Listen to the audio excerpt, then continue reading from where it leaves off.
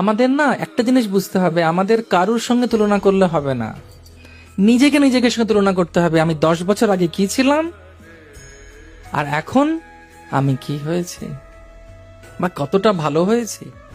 সেই জন্য ইসকন কি দিয়েছে যদি চিন্তা করা হয়, লিস্ট অনেক বড়। তাহলে কেন ছাদে বসে আছেন শুক্রবার দিন বিকেলে? কিছু তো হয়েছে না, কোথাও একটা পীড়িত জেগেছে। পীড়িত মানে ভালোবাসা জেগেছে। যে পীড়িতের জন্য আমরা এসেছি এখানে।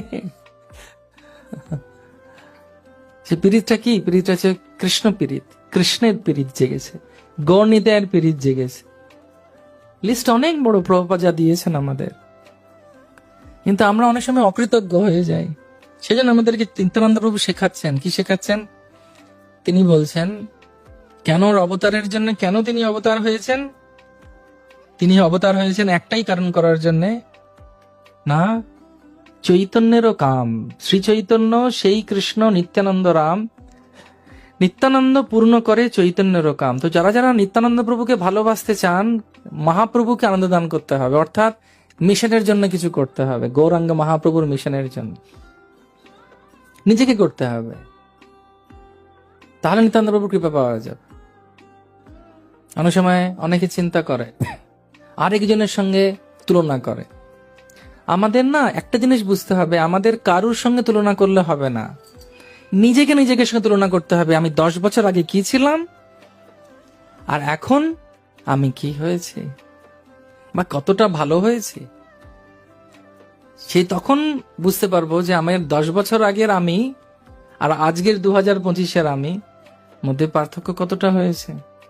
অনেকে বলে আগে কি বোকা ছিলাম, তার মানে এখন চালাক হয়েছেন, ভালো তো, দ্যাটস গুড। তো সেজন্য আমাদের সবসময় বুঝতে হবে। আর গুরুদেব একটা কথা বলতেন, আমার খুব মনে আছে, আমি সবসময় বলি ভক্তদের, আপনি ইসকন থেকে কি পাবেন সেটা দেখবেন না, আপনি কি ইসকনের জন্য করতে পারেন সেটা দেখুন, সেটা হচ্ছে বড় কথা। আর যখনই আপনি ইসকনের জন্য কিছু করেন, ইসকন মানে কি? ইসকন হচ্ছেন কৃষ্ণ গিরিধারী, ভাগবত।